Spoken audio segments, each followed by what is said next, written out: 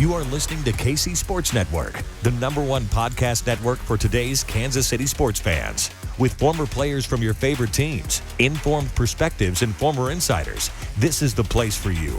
KC Sports Network is proudly presented by Emprise Bank, your partner in possible.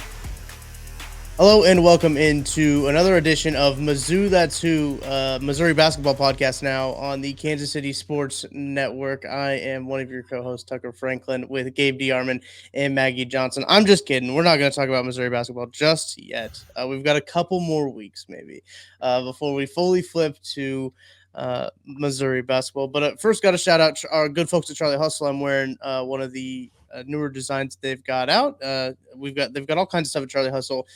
If you want more than just Mizzou stuff, they've got all kinds of stuff at charliehustle.com. You can go there, get the new designs that they dropped from their Missouri capsule that they're doing on their College Road show. So got some good designs there. The Shakespeare's Pizza one already sold out. I went to go buy that one. It was gone by the time I went to go buy it on Friday. So, good for them. Good for Shakespeare's Pizza. That design was really nice. I like that one a lot. But Lawrence Bowers had a cool Missouri Tigers one on, and I'm a big fan of the things that say Missouri, like Missouri as even opposed to Mizzou. I just like it. Mm-hmm. Like your shirt, I have that one. I love it. Lawrence Bowers was wearing the new Missouri Tigers one, and it looks really awesome. And it's gold, and I don't think they didn't have much gold ones before. So They sent me 4 of those shirts, and they got my wife's seal of approval. So that's how I judge things. You're gonna give them away, but who knows if they might show up missing. It sounds like if your wife loved them so much. Well, so. Yeah, no. I've already promised to give them away. So fair. Well, I guess we should talk about this Missouri-Auburn game. Before we get into that game, I just have to say, Manhattan, Kansas is my personal football hell. I drove the 2 hours to Manhattan, Kansas to watch the Missouri Tigers play the Kansas State football Wildcats, and it did not go well. Sat out in the rain. There was a rain delay. Got back late. Was falling asleep on the way home driving just because it was just like that drive in between Topeka and Manhattan is just awful. Simply bad to drive. It's very boring. And then I go back to Manhattan, Kansas this last week, and we were doing some live shows for the K-State Oklahoma game. Good thing we were there because K-State looked like a completely different team than what they were last week, which is probably for another podcast. But I have to watch this Missouri Tigers football game in a bar at Tanner's in Aggieville around a bunch of K-State fans. They just get to watch me slowly melt down as I'm glued to one TV in the corner that they had the Mizzou game on. Everyone else had, other important. I think the Kansas game was on too, but the Kansas game was over by that time. But so I just have not had a good football experience in Manhattan, Kansas yet, and I probably never will because that was quite a game. The K-State fans should have been upset. Missouri's out here hurting their RPI. That's true. They make their one look better. Yeah, it was. I was telling somebody coming out of the press box, what I love about this job is I frequently said, like, every day you could go and you could see something you've never seen before. And I feel like I did. Yeah. I feel like a couple weeks ago after the K-State game, I said, I've never seen anything like that. I've never seen us just get beat on every side of the ball.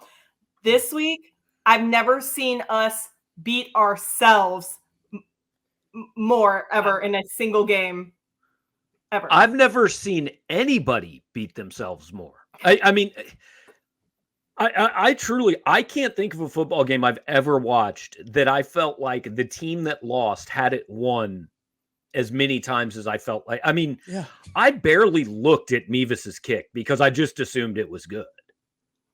I had my shaker. I'm at home. I have those shakers, those pom-pom shakers. And of course, I'm just at home by myself, just being weird or whatever. And I'm like getting ready, like to celebrate, whatever. And he misses it. And I just slunch back and I just chuck it across the room. I'm so mad at this point. If you can't trust your All-American kicker, who can you trust on this team? He was 90 for 90 inside of 31 yards before that kick. Like, that's just, I think that makes it worse. It does make it worse. And I think I saw them, Gabe, I saw you talking about some people with this at the end of the game about the play calling. There's a lot of places we can go with this, right? We could go chronologically, but I think it makes the most sense to start right here. Well, nothing matters in that game until the last 5 minutes. Right. The rest of the game didn't even matter. Really, all it was till that point was punts anyway. So, the third quarter was the most awful football I've ever watched. Oh, it's hideous. Look, I want to be clear. Auburn's a bad football team. Like, Auburn is a very bad football team. Missouri is a bad football team too. But the difference is Auburn is a bad football team that I'm not sure cares. Right. Yes. Missouri, like, there was every reason for Missouri to care about that. No, that's a mean to say, because I'm sure the players on Auburn want to win. I'm sure they're not thinking, well, I don't care. Coach is gone. We're not going to try. But the attitude around the program is, well, the only difference here is, does he get fired in this Sunday or 2 Sundays from now? That's an Auburn program that had a motivation to lose, essentially. If they lose, their coach gets fired. They had motivation to lose, and Missouri still lost. There were absolutely Auburn fans who were bummed out they won. Yes. No question. That's what's so frustrating. Well, they also know they didn't win the game. They know Missouri lost the game. So, I mean, a lot of them on Twitter were being actually pretty... But I think more games are lost than are won. Fair. Like, I think more games you look at and say, well, the losing team messed up this and this and this, than you do just, man, the winning team just made a bunch of great plays. In competitive games, for sure. This upcoming weekend, I don't think that's going to be the case. But, I mean, most usually, yes, that is probably true. Yeah, we're not going to talk about Georgia all that much. So if you tuned into this podcast wanting a Georgia X's and O's breakdown of what Mizzou can do to beat Georgia, this is not the podcast for you. We're not going to talk about that. That's injuries. Thanks for the stream. Thanks for the stream at this point. You can probably appreciate that. Appreciate that. You can go ahead and close this out. We appreciate that. But no, I think what I was going to say before I kind of got off on I don't know where to start. This is where we're going to start, is at the field goal. They get the big play. When they centered it up, I got like a sinking feeling in my stomach. I know that Harrison Mevis is a stud. And I know that he is consistent with all get out, as consistent as any college kicker gets, right? But just something about centering it up and taking a knee with 40 seconds left did not sit right with me. But you understand it's the right play. I do. It's do get the that. right thing to do.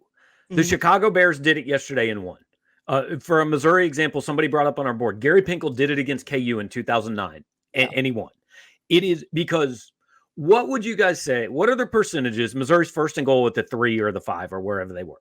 If they run offense, what percentage likelihood do you give it that they score a touchdown? On a first down? 8 on any down. On the first 3 plays from the 5-yard line, what are the percentage chances they score a touchdown? Not 100, right? No, it's not. Yeah, it's not 100. 80, 85, maybe 75, something like somewhere that. around there, maybe. Yeah. What are the chances that your kicker, who has never, ever missed a 26-yard field goal, makes a 26-yard field goal? Like 99%? Yeah, pretty high. He went with the numbers. He did the right thing, and it burned him. It's like in basketball, blaming the coach for drawing up the wrong play. Well, he drew up a wide open shot for his best shooter, and his best shooter missed the shot. What do you do, man? It's not his fault. And I'm not absolving him of all blame, just that particular sequence. That's fair. It's tough too, because you look at that situation and everyone's like in the moment, I was like, oh, perfect. We'll win by 3. It'll be great. I don't care. We're getting the W. And then you sit back and think about it, and you're like, well, we could have just given Luther Burden the ball in the Wildcat. That's what people are waiting for. Was that even an option? Was it a thought? I think he wasn't on the field. Yeah, he wasn't on the field. He was not on the field on that drive. Mm-hmm. So, but here's, how many times have you watched a football game and your team is the one driving in a tie game or behind or whatever, and the first thing you think is don't score too fast, right? Because I almost always would rather be the team on defense or on offense behind by 3 than on defense ahead by 3, because offenses are so good, they're probably scoring. And in a tie game, you're driving with the ball. If I'm Auburn, if Missouri runs a play on first down, I let them in the end zone. I just let them score and go take my chances. And if you're Missouri, if somebody scores, let's say they score on first down. There's 1:05 left. I know Auburn sucked on offense, and they probably wouldn't have gone and scored. But what if you get a penalty on the kickoff? What if the return man gets to midfield? What if one guy misses a tackle? There's a lot more ways you can lose by scoring a touchdown there than there are by literally. There's zero way you can lose if Harrison Mevis makes the field goal. Game's over. You won. It was the right play that didn't work out. Yeah, that makes me feel a little bit better about it because I was just like, man, you gotta give your athletes a chance to win the game. I understand Harrison Mevis. He was an All-American, correct? Like that he was. He's the best player on Missouri's football team. He is. They let the best player try to win the game for him. I saw what he was like on the TV broadcast. He was trying to like explain what was happening. Did he feel pressure from one side and try to overcompensate for it, or I just remember watching that ball go and just thinking that's never had a chance. Like it never really had a chance to make it, which was befuddled me. The weird thing though, it was opposite end. I can't tell. I mean, we're 180 yards from that. I have no idea if it's good or not. But you guys saw the TV broadcast. Mevis appeared to think he made it. He did. Like, did you guys think it was good? No. I never thought it was good. No. No. Okay. Yeah. No. But I didn't notice that he thought he would have made it. Here's a question for me, and obviously that's on Mevis. Mevis missing that kick is on. Snap looked fine, hold looked fine. Exactly. Yeah. Is it on the coach for not? And I know that he has done this, but this is still a question, and it was brought up. Is it on the coach for not making Mevis take practice kicks? As I understand it, that's been his routine. But is that okay though? Because it's been okay for 2 years. Yeah, but I feel like every field and every weather situation and everything is different.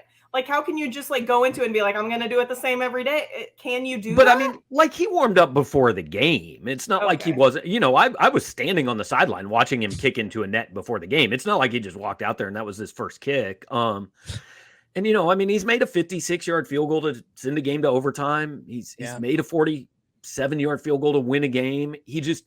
And I know we think they're robots, especially the really good ones, but they're slumps, man. They're human beings. And I don't know if Mevis is in a slump yet, but if he misses one this week, it's officially time to start talking about, maybe. He's earned the right to take that kick, especially with his track record. So, I was upset he missed the kick, obviously, but it wasn't the end of the world, right? Because the game was tied. So I thought, okay, fine, game's tied. I think we'll be all right. I had optimism too. I was optimistic we were going to win the game even after that. I assumed it was going to 2-point conversions because I didn't think there was any chance either offense could go 25 yards. Like I'm not exaggerating. I didn't think either of those offenses could score from the 25. Which is fair if you watch that third quarter. Really, all the scoring happened in the first 2 quarters, right? Because it was 14 points. It was 14 at half. 14. Yes, that's right. Okay. Golly, that second half was not memorable at all.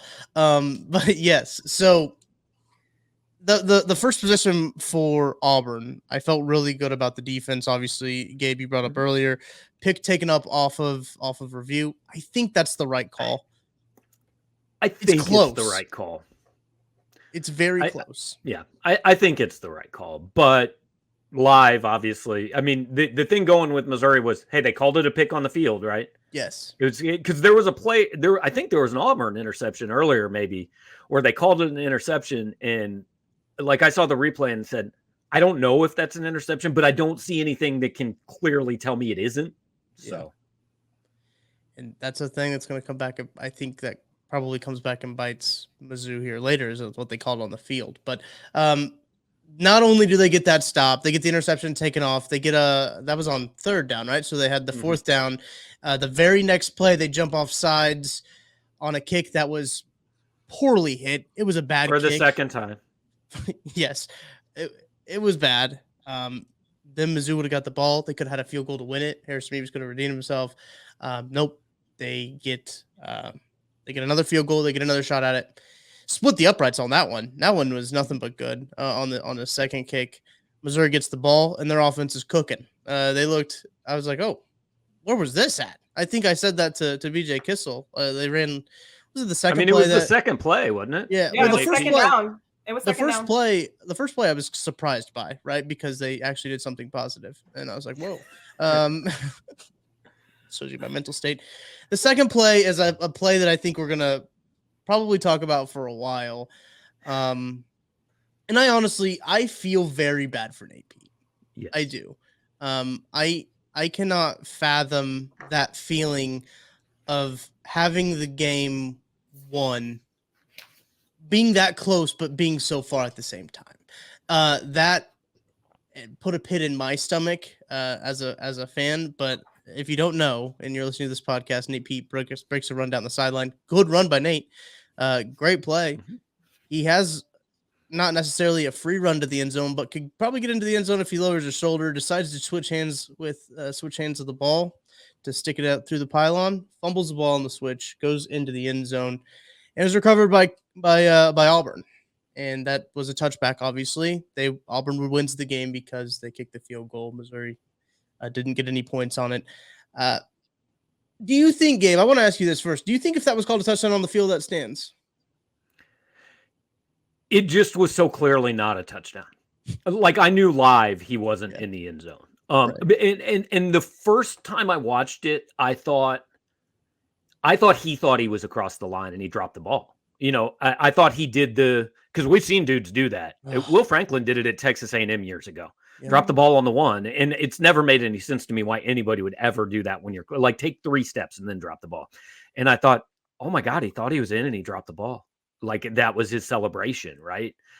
But I don't think that's what happened. I think it just slipped. And you feel like we were waiting to do interviews, and I saw Nate was outside the locker room, and I mean, the kid was crushed, you know, and that's all that needs to be said about it. And one of my things, and I know we're going to talk about social media more in this show, but like, I didn't see a bunch of people killing Nate on social media. Saw a bunch of people kind of killing Harrison Mevis, which 2 weeks ago you thought it was pretty cool that you had a kicker that could play offensive guard. Now you're insulting the kid for the same thing. Let's back off that. But like I promise you, Nate Pete had a worse Saturday night than any Missouri fan. And if he didn't, then that says then you gotta reorganize your priorities, because that kid was devastated outside the locker room. And like I think this is where I wish we would get more access to these kids. Nate Pete is a kid from Columbia who voluntarily gave up a Stanford degree to come play football at the University of Missouri. Yeah. And I promise he's just thinking, oh my God, I'm going to win this game. I'm going to win this game for my hometown team, and this is going to be awesome. And he's just, I know you're not supposed to do it, but how many guys have we seen do it? I mean, every week in the NFL, there are guys that score that way. And you talk about what a great play he made, man. He was going to be out at the 3-yard. I mean, Damian Williams won my team a Super Bowl by making that play, you know, like, and nobody said he shouldn't have done it. Everybody said, what a great play. Bad luck.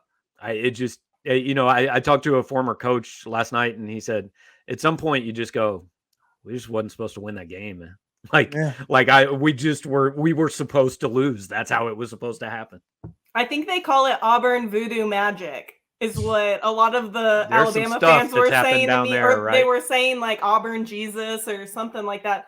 But I agree with you. And did I have a little bit of whatever towards Pete when it happened? Of course I did, because I'm a fan, and that's just the way that in the moment, like that's how you feel. You're not immediately like, oh my gosh, poor him. Like you're like, poor me. Like I have to live with this. But I mean, he rushed for 120 yards in that game. I mean, he was the best offensive player on the field, I think. Well, maybe Dom Lovett, but yeah, I completely agree. You do feel for him, and after your emotions kind of come down a little bit, I just kept thinking to myself, we shouldn't even have put him in that situation. We shouldn't have made the field goal and not went to overtime and won the game, and he shouldn't have even be feeling this way. And so I got a little bit more rational as it went. I hate putting blame on anybody, but I mean, Mevis just missed the kick. And I know a lot of people are still hating a little bit on Brady Cook, and I'm not saying Brady Cook had the best game of his life, but Brady Cook put his team in a position to win that game. His kicker. I mean, there The thing about a one possession game is the play we remember as the last play. And look, it did figure into losing the game. There's no question. There's nothing mean about saying that. It did. Right. But I honestly think the worst one is jumping off sides on the field goal. Yeah. Like Mevis missed. Hey, guys miss sometimes. But the offsides, it was the second time they did it. The first one didn't hurt him because Auburn's kicker is very poor. Mm-hmm. He's not good at kicking, really. So Tough. But then you do it again. And by the way, we're not talking about a Connor Wood hold 10 yards behind a play that took Missouri out of field goal range in regulation. I mean, it's the same. They are, I think, 121st in the country in penalty yards per game. And that you can blame the coach for. And I feel like we have been in every single episode that we've been, because I've said penalties. I even wrote it down on my paper. I'm like, penalties. It's embarrassing. Every single time I'm like, oh, hold, oh, offsides. Anytime we have a good play, it's not every time, but it feels that way because they're always on plays that matter.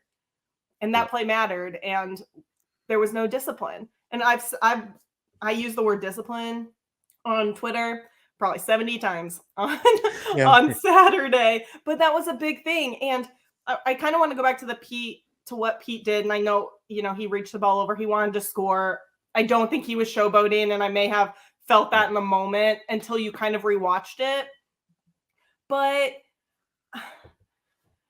I don't know. You're not supposed to do it. They tell you not to do it. And the commentators for the game against Abilene Christian last week talked about ball security with Mizzou and how our wide receivers were running with the ball, not tucked, doing all this stuff. They were talking about ball security on the broadcast. Yeah. So at some point as well, I blamed coaching a little bit on that, because I'm like, is this happening just regularly? It's routine at this point. You're seeing it a lot. I mean, KJ Jefferson did the same thing for Arkansas. Yeah. And actually did it from much further away. And somebody was telling me that Sam Pittman said after the game, look, we tell them not to do it all the time. Like we work on that. We tell them not to do it. And he said, but if they did everything we told them to do, we would win every game. I mean, and that goes back to they're not robots, right? You can drop the play, you can tell them what to do, and sometimes they hold, and sometimes they dive for the pylon and don't make it because they're 20-year-old kids. But yeah, that was the reaction in the press box even when that happened. Like, I've never quite been around a play because we're supposed to just, hey, no reaction and all that, right? But I mean, the Mevis miss and the Pete thing, there were like audible, oh my God. I mean, one of them might have been me. I was, you just stunned. Two things that were defied the impossible. I think that was kind of, for me, especially towards the end of that game, I was trying to think back to my emotions. I don't even think I thought about like it being Nate Pete. I just thought about like, oh my gosh, like that individual thing actually happened. And I just thought it was unbelievable. Then I tweeted like absolutely unbelievable or something like that. And every Missouri fan was like, is it really though? Because we're like cursed and like, we're bad. We're the worst team. Like we got the bad luck. And I'm just like, well, yeah, it is still unbelievable though. Right. Well, that's what I said. I said something about like, I can't believe what I just saw. And somebody said, really? You can't? And he said, that's what I was expecting. I said, no, if you went to the game expecting that, like there's nobody expects that. You might have expected him to get kicked in the nuts and lose, but not like that. Twice. Not like that twice. Right. No chance anybody would have made that bet. If that was a bet, no one would have done that. Missouri not only has a knack for losing, but losing embarrassingly. And it's uncanny. Painfully. I would say painfully, but like I had this, because I kind of hate to do it. It's such an easy crutch to lean on, right? But you immediately connect it to all the other, I don't know. I tweeted them all. I didn't tweet them all. I tweeted the 5th down, the boink in the South Carolina game, the untimed down in the Kentucky game, and this. Okay. Ow. I referenced in my story the 5th down, the kick and catch, and the Tyus Edney. And to me, like, this one was less painful than those 3 because those 3 were against teams that won titles. Like, I mean, Right. big games, right? This was a crap game at 11 a.m. but for 12th place in the SEC, if we're being quite honest. The game itself didn't really mean anything. But just in terms of, oh my God, how did they lose like that? Like, that literally might be at the top of the list. I mean, because Colorado, the 5th down, like, that's not their mistake. Mm-hmm. The kicked ball, I've always said, like, I almost just give Shevin Wiggins credit. Like, way to go, man. That's a hell of a play, right? Yeah. I mean, the Tyus Edney thing, like, it was painful, but, like, we've seen that before. I don't think I've ever seen anything quite like Saturday. No. I think we've spent now 25 minutes talking about this game. Been therapeutic for me personally to just kind of get this off a chest. But I don't want to talk about this, but we have to. Okay, guys, we have to talk about it because we live in 2022, the year of our Lord, and everything is on social media. Everything depends on what these players post on social media. Luther Burden Or don't post. Or don't post. Or Luther delete. Burden did not have the best of days, the most of targets. I have some stats I want to read off about Luther Burden in a little bit, but he has deleted everything out of his Instagram. Is it every picture or every Mizzou picture? It's every photo. It deleted everything, took Mizzou out of the bio as well, and posted patiently waiting, right, with a black screen and just text on his Instagram story.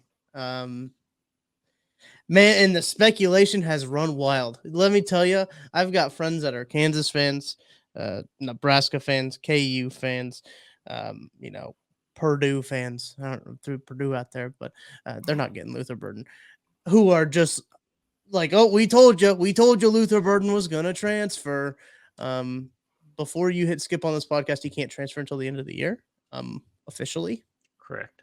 But that doesn't mean he won't play. So here's the thing.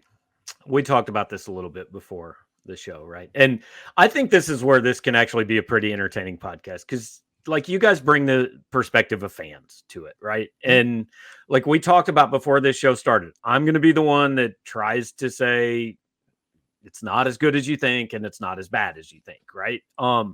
So I think it'll be good to have 2 different perspectives. But the one thing that is social media is all about getting attention, right? And everybody says, well, they're just attention. Everybody's an attention whore. I know 75-year-old men who are attention whores on Facebook because whether it's pictures of your grandchildren to say, look, tell me how cool they are, or videos of you lifting weights, way to go, you went to the gym, or hey, I cooked these eggs. That's all social media is an attempt to get people to pay attention to you and usually to tell you how much they love you.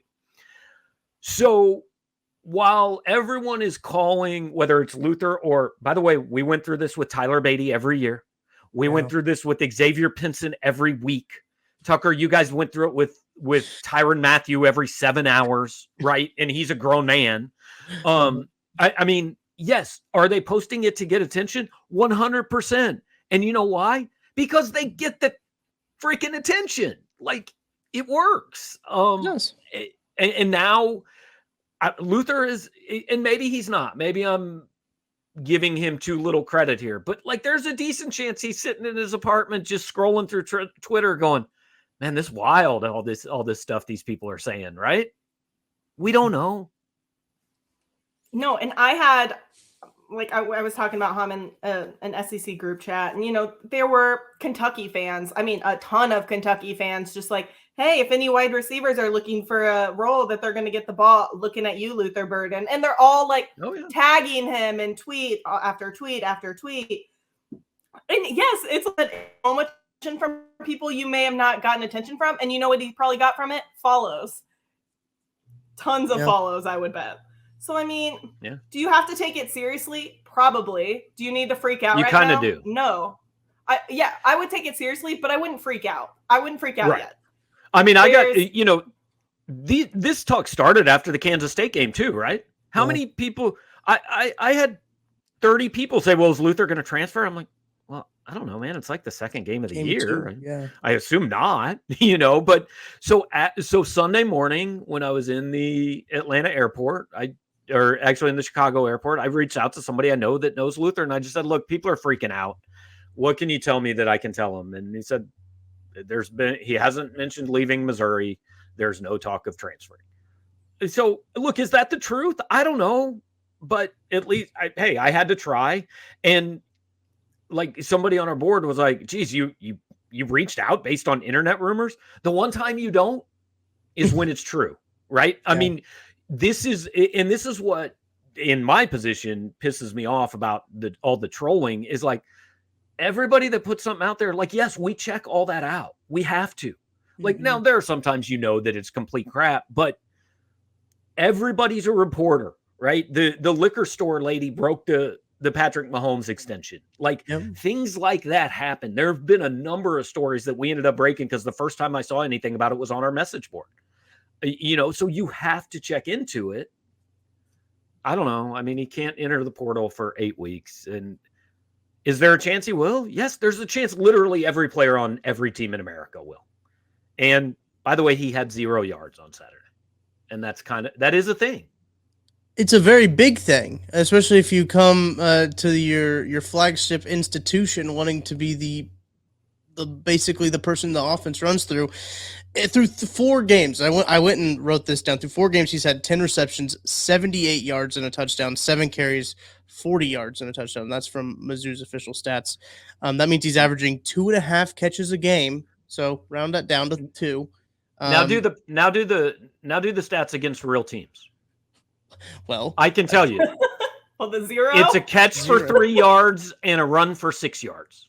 Yeah, and Ooh, that's not good. So I put this in my notes as well to kind of talk about. Do we think, though, that Luther Burden is drawing the type of attention to him that we talked about doing that could possibly get Lovett or Cooper more open? Is that because I'd rather use him as a playmaker, but if Lovett's the number 1 receiver right now in the SEC. Is he the number 1 receiver in the SEC if we don't have Luther Burden? I don't know, but it's possible. I would listen to that if Missouri's offense was good, but it's not. Yeah.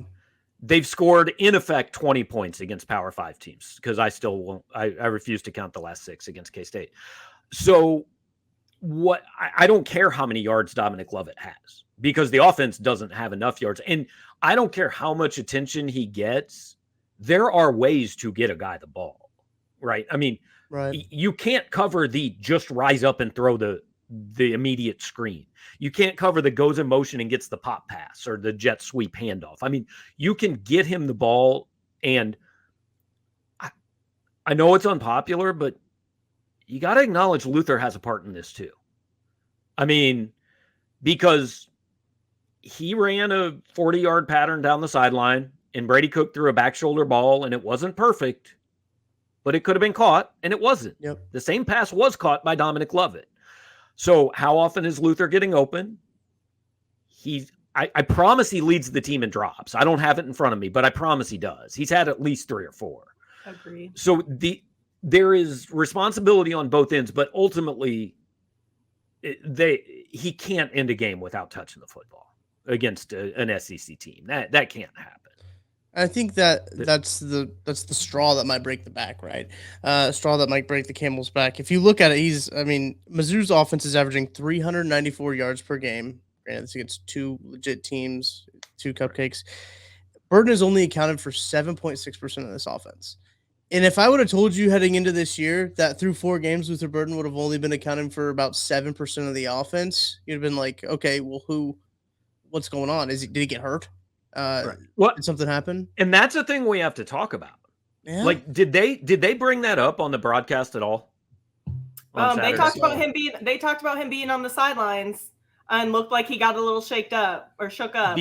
And he was on the sideline for a lot of those possessions. Because he got shook up in the Abilene Christian game. You remember he was out for about a quarter and a half. came back and played. And so it wasn't a huge deal, but we did ask about it after the game. And Drinkwitz said something about an ankle, but he came back and played. So that tells me if you're healthy enough to be on the field, you're healthy enough to get the football. So he only played 28 snaps against Auburn, which was the lowest of the 5 wide receivers that played. Somebody who was at the game on our board posted that he was in and out of the injury tent all day and they were spraying stuff on his calf or ankle or something. So he is not 100%. Now, I'm almost sure Eli Drinkwitz will not do this because it's not what coaches do and it's definitely not what he does. If Luther is banged up and that is any part of the explanation for why he doesn't get the ball, Eli should tell everyone that tomorrow. Yeah. He should just say, look, he's trying to play through it, but he's not healthy. And that people might freak out and they'll say, well, then maybe Georgia will target him. That's better than having RG3 on national television saying, what in the world is Eli Drinkwitz doing? Like, at least there might be a reason for it. Because you know who listens to RG3 more than they listen to us or anything like that? Is the other 5-star recruits out there that are looking and going, why has Luther Burden got 118 yards of offense this year? Why did he return his first punt for a touchdown and now he's kind of not even really doing it? Yeah, I think that's what's been so weird about this season too. I mean, you talk about the injuries and everything, and did we get an injury update on Zeke Powell that left the game? No, but I think it's significant. I think so. And He Chad was Bailey off the field, but yeah, Chad Bailey had a sling on after the game, and we'll maybe find out more about those things tomorrow, maybe not. But again, this wouldn't be a big deal if Missouri was 4-0 or even 3-1, and they were putting up points. This would not be that big a story. But I don't know. Do you guys remember the preseason show we did where we're like, yo, you might have some expectations that you need to check here because he's a true freshman? Yep. Here's another thing, too. It's not easy. I understand that he is probably upset that he has, regardless if he's injured or not, probably upset he's not getting the ball. But at the same time, there's no way that when he chose to sign with the University of Missouri, that he was immediately like, coming in as a freshman, we're killing it. We're winning 8-9 games. We're doing this and that. And I know that he said he wanted to win and like his goal was to come and win a national title. I think win a Heisman. I get that. But at the same time, like that's like a lot of Mizzou fans, irrational thinking. I mean, right. Is it something you would love to see? Of course it is. Is it something a lot of us bought into? Of course it is. But you did not come to the University of Missouri thinking that you're going to be Georgia in your freshman year. There's just no way that you did. You also didn't come to the University of Missouri thinking, yeah, my first SEC game, I probably won't touch the ball. Yeah, no, that's very true. I mean, it just like, and this is, again, if he is at Georgia and that happens, nobody talks about it because there's 4 other dudes like it, right? It's not a story. It's a story here because he's the first 5-star in 10 years. And we're guilty of it too. I mean, look, we streamed his announcement and made a huge deal out of him. We made money off of him committing. I'm not, there's no point in hiding that. Yeah. But also, like, he's one guy. He's one guy. The goal, and again, the goal is to win games, and if they'd won games, to me, I'm going, I don't care if Luther Burden touched the ball. The problem is the combination of not winning games and looking terrible on offense and him not touching the ball. Yeah, that's the legitimate worst case scenario, I think, that we could have talked about at the beginning of this season going into this year is losing games, losing them badly, offense looking bad, Luther not getting the ball. And I brought this up prior to the podcast, but I think it's a point worth talking about, especially when we're talking about Luther Burden transferring. I also brought up, Sam Horn's success being directly tied to Drinkwitz's job. And then I still think Drinkwitz does have another year. I want that to be clear. But if Luther Burden leaves, is Drinkwitz gone? Like, that's something I think about it because that was a big guy for Drinkwitz. I don't know if that means if he's gone, do you got to try to get somebody else in there? I don't know. I really don't know. It would be a bad sign, but you would have to know what's going on, right? I mean, there has to be more to it than just, hey, this can't be the NBA where the wide receiver can say, fire the coach or whatever. Right. And I'm not saying I don't want to, that wouldn't be the conversation, obviously, but I don't think it's as simple as if he would lose, but it would be like if you're doing the little pro-con list, like it would go in the con department, certainly. Well, a lot of people were asking on Twitter about who we would want as a coach, saying people came in. And I'm like, I don't even want to think about that, to be perfectly honest with you, because that's worst case scenario. And I'm trying my best to get out of what happened on Saturday and like push forward. It's hard because it's hard knowing that now, instead of having to steal one game from to make a bowl game, we have to steal, we have to beat Vanderbilt first off. And then we have to steal, 2 games. Yeah, it's not going to be easy. I mean, we talked before the season. I think everybody talked before the season. If you lose K-State and Auburn, I can't draw a path to 6-6. No. And it's even harder now because it's not just that they've lost. They're worse than I thought they would be. They're just not as good a team as I thought they would be. And so, like, I picked them to win at South Carolina. I don't know if I believe that anymore. They might, but yeah, I mean, you've got to get Vandy, South Carolina, and New Mexico State, and then you've still got to win one. Now, like, look, Auburn is the 12th best team in the SEC. They're not good. Right. And so now you've got to beat Arkansas or Tennessee or Kentucky or Florida, and you're going to be double-digit underdogs, I bet, in all of those games. I would probably say so. And at least I think I was talking to somebody who was like looking at the schedule now. We had the conversation actually in the group chat on Sunday. It was like looking at the schedule, how many more winnable games are there? And I said 1. I really think that Vanderbilt game is going to be a rock fight. Maybe that's me going full pessimist. But Vanderbilt hasn't looked like Vanderbilt in years past. I mean, they look like a better Vandy team. And that's just not just basing it off of the Hawaii game, which Hawaii is a wreck of a program. But yes. It's hard for me to be optimistic about a whole lot after that game. When it comes to Luther, when it comes to Coach Drinkwitz, when it comes to recruiting, when it comes to the play on the field, that really took a lot. I went the optimistic route last week. I picked him to win the game. I picked him to win a 16-10 game in Auburn.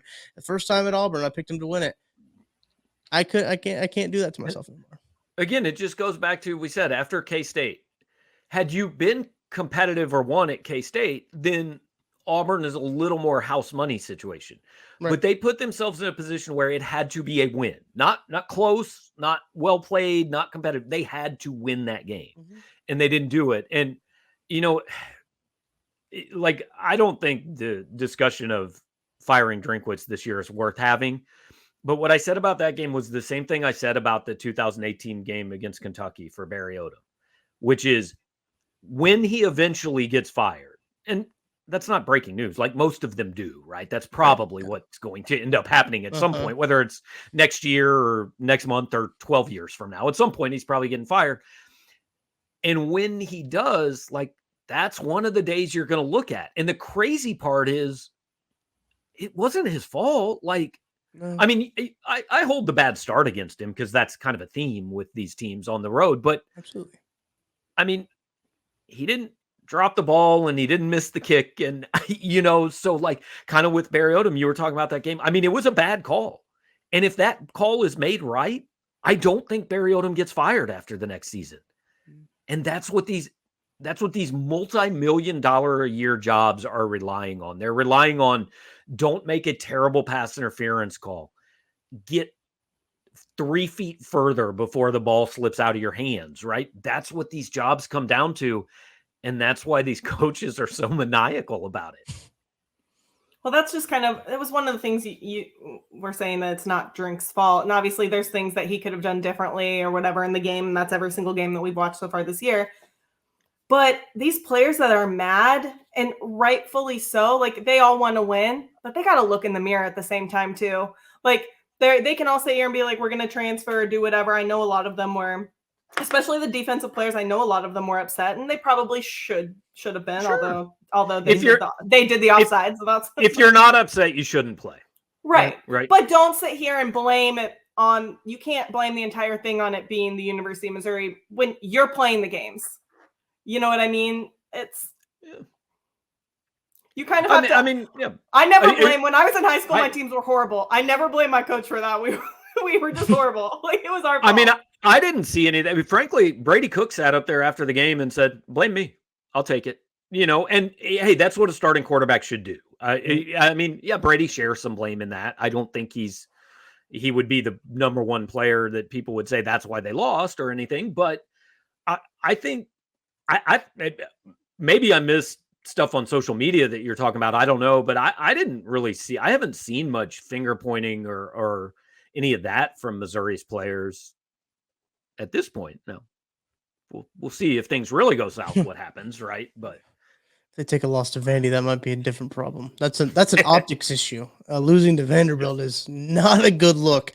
See, I think that's true about the Auburn game, is that, like, to a lot of casuals, Auburn's still Auburn, right? You beat Auburn, like, oh, that's a name you beat. You beat Vandy, they're like, oh yeah, you're supposed to beat Vandy. They don't know that this will be a rock fight, and these two teams are going to try to punch away at a wet paper sack, essentially. That game's not going to be fun. Okay, let's. Anything else before we talk about Georgia a little bit? A little bit, if you think they're going to cover in the first half. In the first half, yeah, first half cover. Let's see if I can find that line real quick. No, I think we did say this was going to be a shorter podcast when we stopped on, and it's been 45 minutes where we spent just going in on that game, and which is, listen, needed for me because I needed to kind of vent some of that stuff out of just like that game was frustrating, and it's just so unfortunate, right? And I feel like it's one of the things too is that, like, there's so many things that went wrong. Obviously, as you can tell by the beginning of this podcast, I didn't know where to start. I was just like, well, like, this went wrong, and then this went wrong, and then this went wrong. So, like, a series of unfortunate events is exactly what I called it. Genuinely what it was. Someone else sent it to me as well, and I'm like, yes, that's what it was. It was a series of unfortunate events. Okay, Georgia's favored by 28 points. How fast do you think Georgia covers this? Well, okay, so here's the thing. If they turn the ball over 4 times, like they did against Kent State, we might make it to the third quarter. But man, I just don't see us scoring. And Brock Bowers is a stud. He's and that's one thing too, is even if Luther Burden maybe would have went to Georgia, I don't know if he'd be touching the ball that much there either. I mean, Brock Bowers had, what did I even put? He had 2 carries for 77 yards and 5 catches for 66 yards. He's a tight end, and he had a 75-yard touchdown run. It's insane. And he was like interviewed after the game, and he goes, "They call me a tight end, but I just line up wherever they tell me to go." Yeah. He can literally do anything. So I think stopping him is gonna be a feat. And I think our defense played decent, but I don't know if they're gonna play that well. I think that Kent State game is actually a problem for Missouri, because I promise you Kirby Smart has his team at practice going, you guys think you're good enough to just roll the helmets out and beat anybody. This is the SEC. That's an SEC team over there. He is going to kick their asses for 5 straight days, and they're going to come. Like, I expect an A game out of Georgia on Sunday or Saturday. And if Georgia plays an A game, I don't think there's anybody in the country who can beat them. A lot of those Georgia Bulldogs that are going to be playing on Sundays. I don't know if you can say that about this Missouri Tigers team. If they got a lot of guys that will play on Sunday. There will. There's some dudes. We got some dudes. The first half line is minus 17 for Georgia. So 17-point first half line. Tucker can be driving over to Lenexa Saturday morning. Putting it all on the dogs. Yeah. Listen, I had Mizzou moneyline in that game too, as you could tell by my tweet where I was saying, like, hey, Mizzou moneyline kind of looks a little bit good in this game because Auburn's a bad football team, and I got absolutely obliterated for defending and wanting to cheer for my favorite football team. Odd times on Twitter.com. Yeah. But I almost had a good payday there. Didn't happen. I think this is oddly a good team for Missouri to be playing coming off that game. Though, like they're not going to win. Don't get me wrong. But I mean, if I'm Eli Drinkwitz, I'm just telling my team like, why not us, guys? Like weird stuff happens every week. Georgia's not. You're not playing the Buccaneers here. You never know on any given day. Weird things happen. Like they got nothing to lose. They go out and lose. I mean, they lost to this team 43-6 last year, and Missouri fans came out saying, "That's pretty good. I'm happy with that." We covered. Like I'm optimistic about the future of the program after watching that. So, I mean, the bar's very low to feel good about yourself on Sunday. And we've seen really weird things against Georgia teams, and I'm not saying they're the best Georgia teams we've ever played, but I think one year we lost 9-6. One year we lost. That was awful. But one year we lost to them, and they dropped the ball before the goal line, and they still called it a touchdown. It wasn't called, right? And then there was a weird field goal that we kicked, and they said we didn't make it, but I think we actually did make it. And then there was they didn't blow the whistle, and then they ripped the ball out and ran it back for a touchdown. Oh yeah, I forgot about that. That game was crazy, and we lost by like 17, but really it probably shouldn't have even maybe been a loss. I don't know. So games are wild. Like you really don't know what's going to happen. Do I think we're going to win? No. Do I think we're going to cover? Probably not. But I mean, I'm not going to say that we can't. Might as well go play, right? Yeah, I'm not going to say we can't. I'm hoping that these guys are like, I can't believe that happened, and Harrison Mevis never misses a kick again. That's, They're pretty nice. Good. And, Georgia didn't play that well in the red zone last week, and like we said, they're probably going to bring their A game. But, they kicked 3 field goals.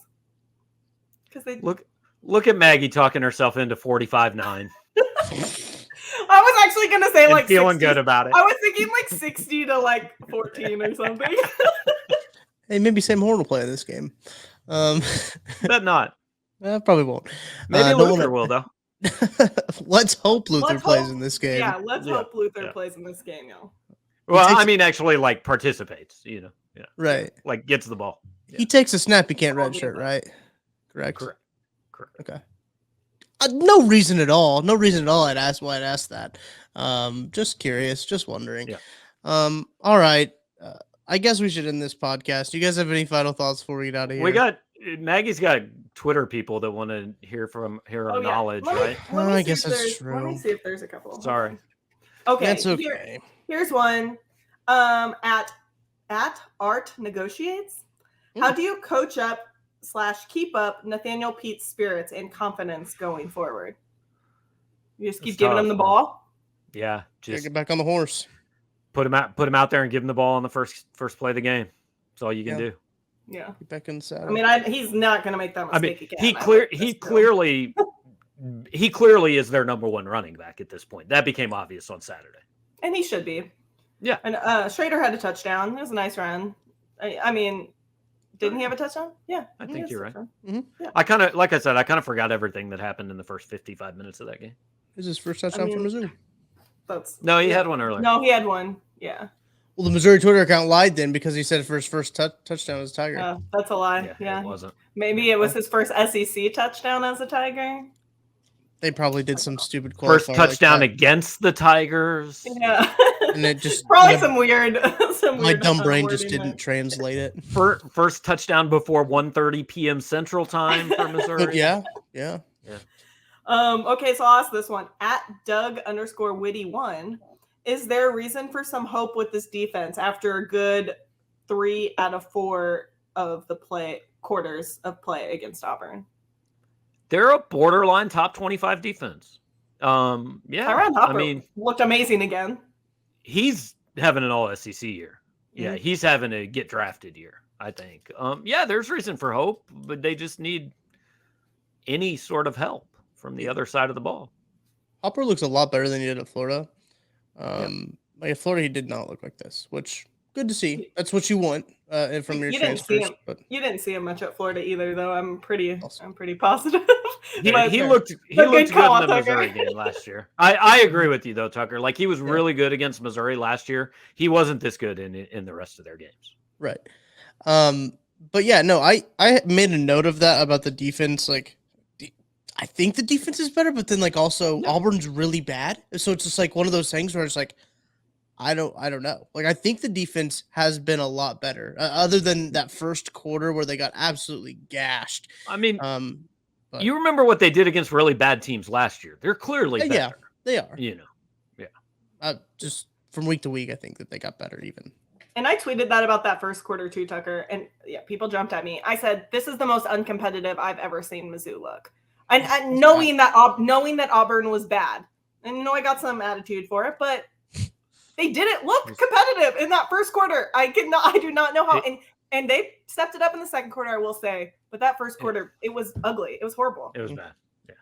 It was worse than watching the stagnant teams go at it in the third and fourth. First quarter. Some of us, and by some of us I mean me, are old enough to remember 77-0 and 73-0 and 66-0, which were all scores of Missouri football games. One was a K-State game, right? One was a K-State game, one was A&M, and one was Oklahoma. Yeah. Buddy. Might be the score this week.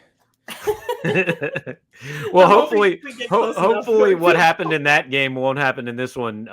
Barry Switzer basically told Missouri he could hear their plays over the headsets or something like that. He basically knew what they were running. So he told them at halftime it didn't matter. Oh boy.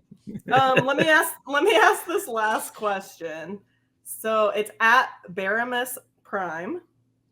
So it says we are 2 fluke plays away from being 3-1 with an SEC road win. The narrative would be much different now had Mizzou pulled out a win.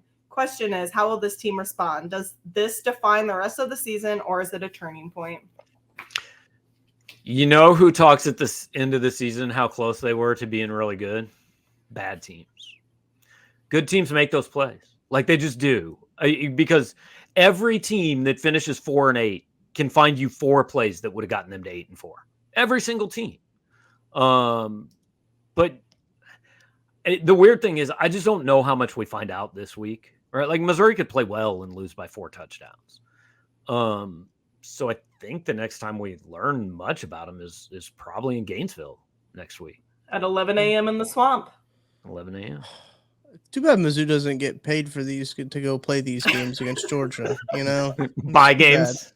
Yeah. Georgia and Alabama should have to pay the rest of the SEC to come play them. Listen, it's not a bad business strategy for Mizzou there. Hey, you still want us for easy wins? You got to pay us for easy wins, or we're going to go to the MAC. We're going to go play in the Southland. Well, it's kind of like what everyone's talking about. I mean, we're seeing here in, Arkansas obviously lost to A&M the other day, and Miami lost to whomever they lost, Middle Tennessee. Yeah. But we know what teams are going to be the top at least 3. I don't know who that 4th team is going to be. Probably not a Big 12 team because they're just beating each other up. So it's, unlikely that it's a Big 12 team. Could be. I don't know. But we're all just playing for bowls Fun. And trying to get recruits at this point. No one's playing because they're actually thinking they're going to make it to the college football playoffs, except maybe 6 teams. Right. But on the trying to fill the last spots. I mean, you want hope, and the crappy part of this is we're now at the point where everybody feared you might be, which is you're a month in and Missouri fans are going, why should I care? Mm-hmm. You're a month into the season. You're about to be 2-3. Your best win's Louisiana Tech. The most interesting thing to talk about is a wide receiver's Instagram story. I mean, it's just I think now they're about a 500 team in September over the last 5 years. And it's not just that they haven't been great. It's that they just kill all interest before fans even really feel like the season started. And, it's why they had to win one of these games, and they didn't do it. Kills me. And it kills me that, I'm going to be there at 6:30 p.m. on Saturday. And, I hope the rest of our listeners are too, because it just gets worse if we're not putting people in the stands. Hey, travel's tough. I was really delayed coming back. Maybe Georgia won't make it. Maybe they have to forfeit. It's Missouri's only hope at this point is that there are some logistical errors for the Georgia football team. Their equipment doesn't show up on time; it gets lost. There's a traffic jam coming from the airport. I don't know. Never know. Yeah. Don't rule it out. All right, thank you all for listening to this episode of Mizzou That's Who. Next week, we'll probably talk a little bit more basketball. But we'll just have to see. We'll see what Luther Burden does. We'll keep an eye on that. So thank you for tuning in here. Shout out to Charlie Hustle for outfitting us today and outfitting us always on the podcast. Until next week, we will talk to you then.